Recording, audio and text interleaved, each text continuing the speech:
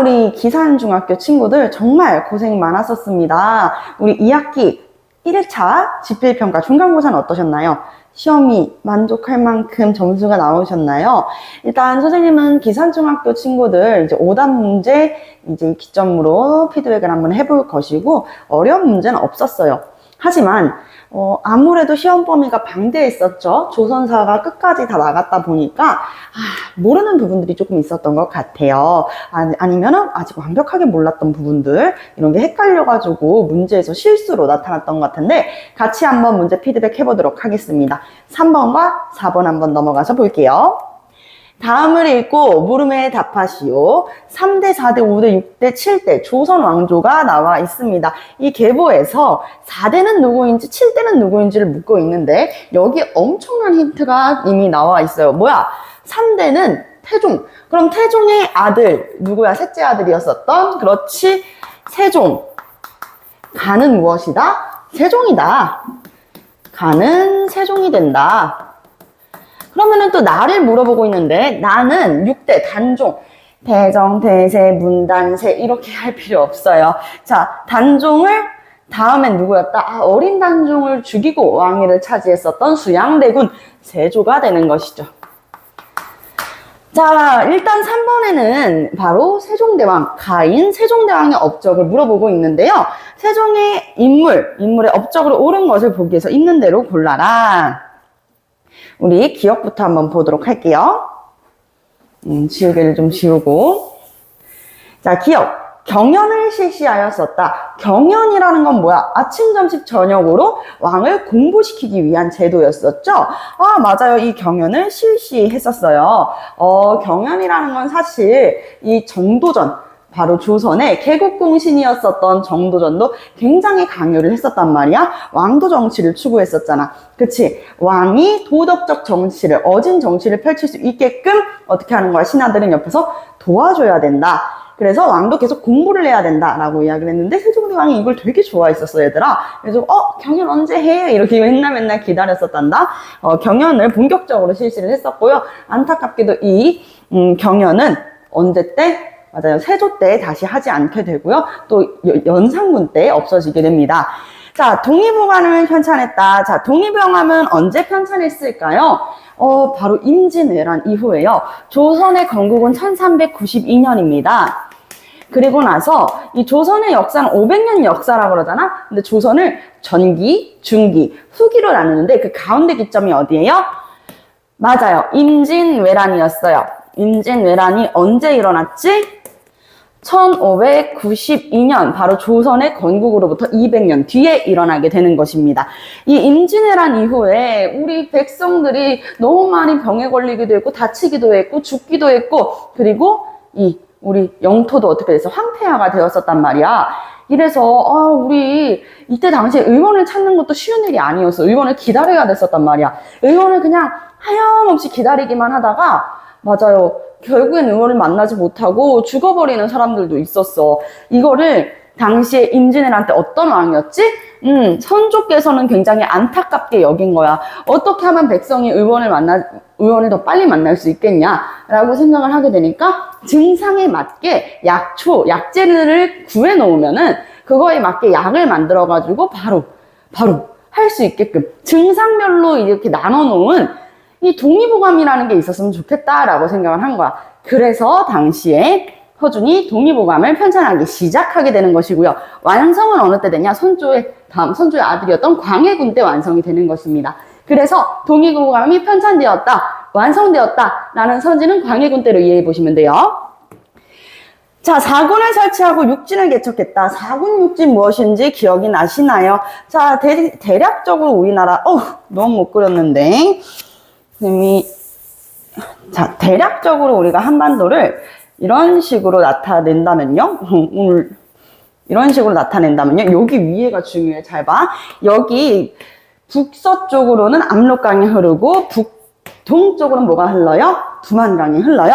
그래서 여기 압록강의 4군, 두만강에 6진을 설치했어. 왜 여기에 군대를 배치를 했었던 걸까? 왜 여기에다가 4군 6진을 개척했었던 걸까? 세종대왕께서는 왜 그랬을까? 우리 조선 전기에 우리나라 아래에서는 맞아요. 바로 일본 있잖아요. 이 일본이 자꾸 위로 올라오면서 노략질을 일삼았고, 여기 위에서는 여진 있잖아. 말 타고 다니는 유목민족 여진이 계속 국경을 넘나들면서 여기 평안도랑 여기 평안도랑 그리고 여기 함경도 위쪽에 살고 있는 사람들의 영토를 자꾸 노략질을 했었단 말이야. 우리는 뭐하는 민족이야? 정착하는 민족이 아니라 유목민족이니까 말 타고 다니면서 노략질할 거야. 이러니까 여진족들이 자꾸 노략질을 일삼네? 안 되겠다. 국경을 함부로 넘지 못하게 사군육진을 배척했었던 거예요. 그리고 이거에 대한 여진족한테 너무 이렇게 강경책만 대할 수는 없잖아. 그래서 세종께서는 회유책으로 정착해서 살 수 있도록 토지를 수여하기도 했었다라고 이야기를 했어요. 세종대왕의 업적 맞습니다. 4군에 누구 보냈었죠? 압록강 4군에는 최윤덕, 6진에는 그렇지 두만강 호랭이 김종서였습니다. 자, 한양을 기준으로 한 역법서인 칠정산 1권과 2권으로 만들어져 있는 칠정산 만들었었다라고 이야기를 했어요. 그래서 기역과 디귿, 리을까지 정답은 4번이 되겠습니다. 칠정산, 세종 반드시 기억을 해주셔야 된다 그랬는데 이 문제 틀려서 조금 선생님도 아쉽습니다. 3번은 해봤고요. 4번 한번 넘어가 볼게요. 자, 4번. 나에 들어갈 인물이 집권하던 시기에 사실로 옳은 것을 한번 보도록 할게. 얘들아 잘 보이나요? 선생님이 문제를 위에도 올려드렸으니까 같이 한번 확인해 보시고요. 나에 들어갈 인물 바로 세조가 집권하던 시기를 물어보고 있습니다. 세조는요 훈구파가 주요 간직을 독점했다. 예를 들면은 압구정을 만드는 대표적인 한명회 같은 인물들이 있었지. 훈구 세력을 쉽게 이해하기 위해서는 우리 고려사를 다시 한번 생각을 해보면 돼. 고려라는 나라에서 우리 신진사대부 있지, 성리학을 연구하는 신진사대부들이 역성혁명을 놓고, 역성혁명, 이 맹자의 방벌에 나와 있었죠. 역성혁명을 놓고 찬성과 반대파가 나눠졌었어요. 근데 여기에서 찬성했던 인물들이 이제 혁명파 신진사대부, 대표적으로는 조선의 개국공신 정도전 같은 인물들이 있었고, 온건파 신진사대부, 예를 들면은 정몽주 같은 인물들이 있었다라고 이야기를 했어. 혁명파는 고려는 망했다, 새로운 나라를 개창하자라고 이야기를 했었고, 온건파는 우리는 고려의 신하다, 고려라는 나라는 그대로 두고 체제를 바꿔보자라고 이야기를 했었던 거야. 근데 누가 승리했어요? 맞아요. 혁명파가 승리를 하게 됐어요. 그리고 온건파에서는 정몽주가 피살당하면서 이제 우리는 어떡하나 상에 들어가서 살았었다. 이걸 우리가 낙향이라고 얘기했어. 향촌사회로 가가지고 학문을 연구했었다고. 그렇게 학문을 연구하던 세력들 바로 우리가 선비 사자에 숲을 림자를 써가지고 사림 세력이라고 합니다. 여기까지 이해되시죠? 여기가 사림인 건 이해가 됐어. 이 혁명파들은 이제 중앙정계, 조선의 중앙정계를 차지하게 되는 것입니다. 중앙정계를 차지하게 되면서 어떤 일이 생겼냐? 중앙정계를 차지하면서 점점 야욕이 나타내는 거지. 그래서 이제 왕과 가족관계, 혈연관계라는 거는 쉽게 끊어지지 않아. 그렇지, 끊어지지 않아. 그러니까 왕과 혈연관계를 맺고 싶은 거야. 근데 어떻게? 내가 왕이랑 결혼할 거야? 나 남자인데, 남자신한데? 안 되지. 그러니까 어떻게? 딸을 낳아가지고 딸을 시집 보내는 거야. 그렇게 우리가 외가친척관계, 외척관계를 맺는다라고 이야기를 하고 있어요. 외척관계를 맺어서 계속 중앙정계에 강력한 힘을 행사하던 세력들을 우리가 뭐라 그런다? 훈구 세력이라고 한다. 훈구파 아시겠죠? 이 훈구파는 이 세조가 어린 단종을 죽이고 왕위에 오르는 것을 도왔던 사람들이다. 그래서 세조 때부터는 이제 본격적으로 바로 훈구파가 주요 관직을 독점하는 이런 모습들이 나타나고 있었다는 것이죠. 자, 집현전을 계승한 훈문관을 설치했다. 집현전을 계승한 이 훈문관을 설치했던 것, 일단 집현전은 언제 만들어졌어요? 바로 세종 때 만들어지고 성종 때, 세종 때 만들어지고 세조 때 없어졌어요. 왜? 세종께서는 경연을 굉장히 좋아하셨다 그랬지? 그래서 이 집현전에서 우리 학자들 연구도 하고, 그리고 왕의 자문기구로서도 활동도 하고, 거기에다가 플러스 경연까지도 담당을 했었단 말이야. 그래서 세종께서는 굉장히 좋아했어. 근데 세조 때 돼가지고 무슨 일이 생기냐? 어린 단종을 죽이고 왕위에 올라 나는 당신을 왕으로 군주로 섬길 수가 없소! 라고 이야기하면서 목숨을 다해가지고 끝까지 저항했었던 사육신과 나는 더 이상 당신의 신하가 될 수 없소. 사직서를 내고 가는 생육신들이 존재하니까 세조는 화가 잔뜩 났어. 아니 왜 자꾸 이런 거야. 조선 역사에서 유일하게 세조 때 약간 나라가 불교틱해졌다라고도 이야기를 해요. 조선이란 나라는 불교를 배척했었고 어떻게 했어? 유교를 장려했었잖아. 그치? 성리학을 장려했었지. 근데 세조 때는 이 성리학적으로는 예의를 갖춰야 되고 막 도덕적인 거 이런 거 생겨야 되는데 할 말이 없는 거야. 자기 어린 단종을 죽인 것에 대해서는 뭔가 정당화할 수 있는 게 없잖아. 그래서 불교틱한 모습도 보여졌었다. 근데 똑똑한 우리 지편전 학자들이 계속 꼬집어가지고 비난을 하는 거야. 뭐라고? 세조께서 어린 단종을 죽인 건 잘못된 일입니다. 난 당신을 군주로 섬길 수 없습니다. 시끄러. 그래서 이 지편전을 세조 때 폐지하게 되는 것이죠. 그리고 나서 다시 부활하게 되는 게 세조 다음에 뭐야? 세종태세, 문단세, 예성. 그럼 예종. 그 다음에 성종이야. 이 성종 때, 성종은 자기 자신, 나름대로의 정치를 하려고 했던 인물이라 그랬었지.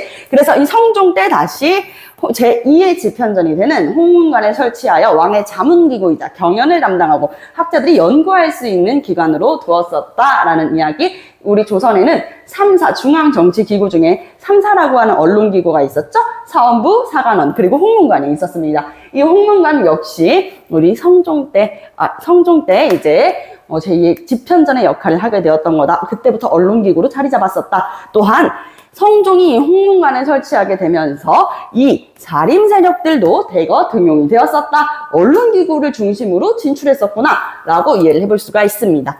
자, 조광조를 중심으로 개혁을 시도하였다. 자, 조광조 하면 딱 생각나는 거 봐봐. 조광조의 기묘한 기묘사화 생각나시죠? 이 조광조는요, 중종 때 등용이 되었었습니다. 두 번의 사화를 이미 경험했었지. 무오사화와 갑자사화를 경험한 다음에 연산군 때 이후에 중종은 훈구들이 이제 정기를 장악했잖아. 그래서 이 훈구들만 있으면 안 되는데 해가지고 중종은 자기 손으로 조광조를 등용했었어. 하지만 조광조가 너무 급진적으로 개혁 정치를 펼치니까 두려운 거야. 그래서 자기가 손으로 뽑았었던 이 조광조를 내치게 되는 것이죠.